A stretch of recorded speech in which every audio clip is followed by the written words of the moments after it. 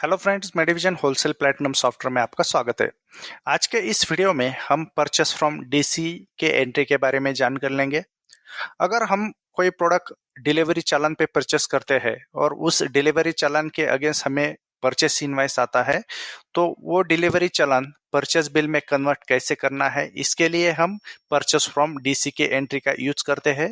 तो ये एंट्री कैसे करनी है, इसे एडिट या फिर डिलीट कैसे करना है, ये आज हम इस वीडियो में सीखेंगे। तो आइए सेशन शुरू करते हैं। सबसे पहले परचेस फ्रॉम डीसी की एंट्री करने के लिए हमें सॉफ्टवेयर के मेन मेनू में वाउचर एंट्री के ऑप्शन को एंटर करना है। इसमें हमें F9 का बटन दिया गया है, इसे हम क्लिक करेंगे या फिर F9 का बटन प्रेस करेंगे तो इसमें से हमें परचेस फ्रॉम डीसी के ऑप्शन को सिलेक्ट करना है। जैसे हम ये ऑप्शन सिलेक्ट करते हैं, हमारे सामने परचेस फ्रॉम डीसी की विंडो ओपन हो जाती है, जहां से हमें delivery challan purchase from DC में कन्वर्ट करने हैं। सबसे पहले इस परचेस की डेट हम इसमें एंटर करेंगे। अगर हमें चेंज करना है तो इस डेट को हम चेंज भी कर सकते हैं।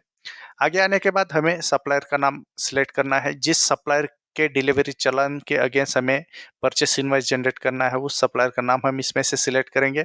जैसे हम सप्लायर नेम के सामने आते हैं, हमारे सामने सप्लायर की लिस्ट ओपन हो जाती है, जहाँ पे सप्लायर का नाम, उसका शॉर्ट एड्रेस और मोबाइल नंबर दिखाई देता है।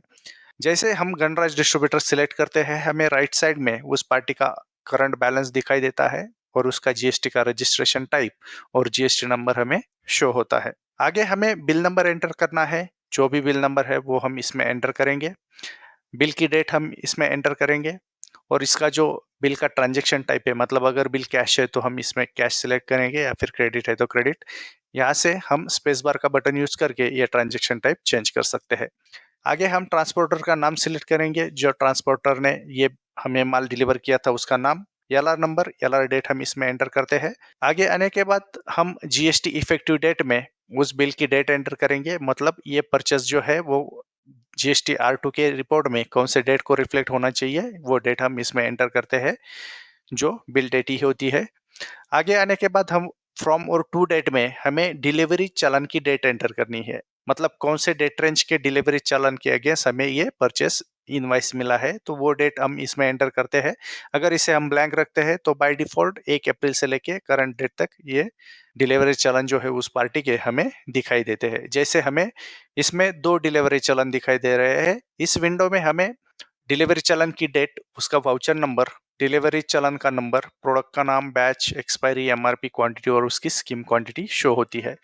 जैसे हमें फर्स्ट डीसी जो है डीसी 110, ये हमें शो होती है और उसमें जो भी आइटम्स है वो हमें उसके नीचे दिखाई देते हैं।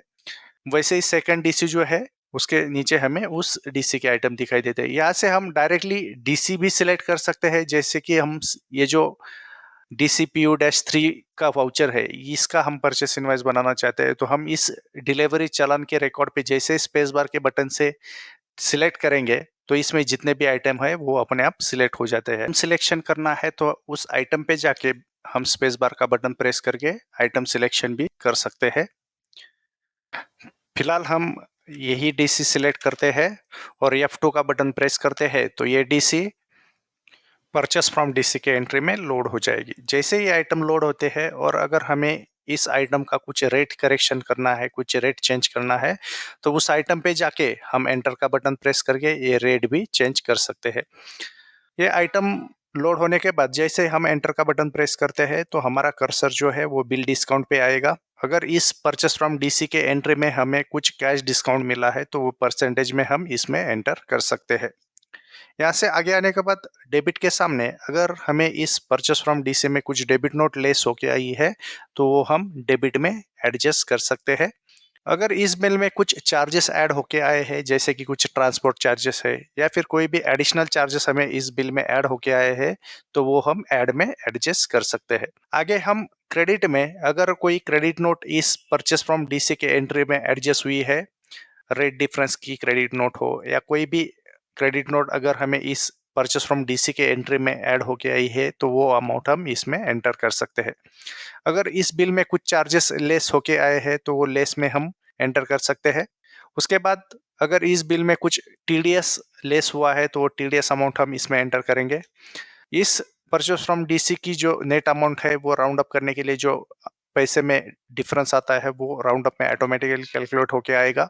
और इस परचेस फ्रॉम डिलीवरी चालान के अगेंस्ट अगर कुछ नोट हमें लिख के रखनी है तो वो नरेशन में हम एंटर करेंगे और इस वाउचर को सेव करेंगे। जैसे ही सेव करते हैं तो प्रिंट का एक कन्फर्मेशन आएगा। अगर हमें इसकी प्रिंट चाहिए तो हम इसकी प्रिंट भी निकाल सकते हैं। फिलहाल हम इसे नो करेंगे तो हमारा जो ये वाउचर है सॉफ्टवेयर में सेव हो जाएगा। और जैसे ही ये डीसी परचेस फ्रॉम डीसी में कन्वर्ट हो जाएगी, इसका इफेक्ट पार्टी के अकाउंट लेजर में भी आएगा और जीएसटी रिपोर्ट में भी इसका इफेक्ट आएगा। अगर ये वाउचर हमें एडिट करना है तो हम F12 का बटन प्रेस करेंगे। जैसे हम F12 का बटन प्रेस करते हैं हमारे सामने एडिट डिलीट प्रिंट वाउचर की एक विंडो ओपन होगी जहाँ पे हमें वाउचर का टाइप सिलेक्ट करना है परचेस फ्रॉम डीसी। और एक्शन में हमें एडिट व्यू डिलीट और प्रिंट ऐसा एक्शन मिल जाएगी जहाँ से हमें एडिट व्यू के एक्शन को सिलेक्ट करना है, क्योंकि इस ऑप्शन से हम वाउचर एडिट भी कर सकते हैं, व्यू भी कर सकते हैं और डिलीट भी कर सकते हैं। अगर प्रिंट चाहिए तो हम इसे प्रिंट भी कर सकते हैं। तो एडिट व्यू का ऑप्शन हम सिलेक्ट करेंगे। वाउचर नंबर में परचेस फ्रॉम डीसी का वाउचर नंबर एंटर करेंगे। अगर हमें याद नहीं है तो इसे ब्लैंक रख के ओके करेंगे और उस वाउचर की डेट रेंज एंटर करेंगे। जैसे ही हम डेट रेंज एंटर करके ओके करते हैं तो परचेस फ्रॉम डीसी के जो वाउचर उस डेट रेंज में बने हैं वो सभी हमारे सामने ओपन हो जाते हैं। जिस वाउचर को हमें डिलीट करना है उस वाउचर पे हम एंटर का बटन जैसे प्रेस करते हैं तो ये वाउचर हमारे सामने ओपन हो जाता है। तो इस वाउचर में हमें जो भी करेक्शन करने हैं वो हम कर सकते हैं। अगर इसमें से कोई आइटम डिलीट करना है तो आइटम पे जाके हम अल्टर डी का बटन जैसे प्रेस करते हैं और डिलीट को यस करते हैं तो ये आइटम उस एंट्री से डिलीट हो जाएगा और नेक्स्ट परचेस फ्रॉम डीसी में वो आइटम हमें पेंडिंग में दिखाई देगा। अगर इसमें कुछ रेट करेक्शन करना है तो इस आइटम पे हम एंटर का बटन प्रेस करके रेट भी करेक्ट कर सकते हैं। जो चेंजेस हम इसमें करते हैं इसे हमें लास्ट तक जाके सेव करना होता है। जब तक हम इसे सेव नहीं करेंगे ये चेंजेस सेव नहीं होंगे। तो इस तरह से हम ये बिल एडिट कर सकते हैं। अगर हमें ये पूरा वाउचर ही डिलीट करना है तो जैसे ही वाउचर ओपन होता है हम अल्टर डी का बटन प्रेस करेंगे या फिर डिलीट के बटन पे क्लिक करेंगे तो हमें डिलीट का एक कंफर्मेशन मिलेगा। जैसे हम डिलीट के मैसेज को यस करते हैं तो ये वाउचर इस वाउचर में से डिलीट हो जाएगा और इसका जो भी अकाउंट में इफेक्ट है और जीएसटी रिपोर्ट में उसका इफेक्ट गया है वो भी नील हो जाएगा।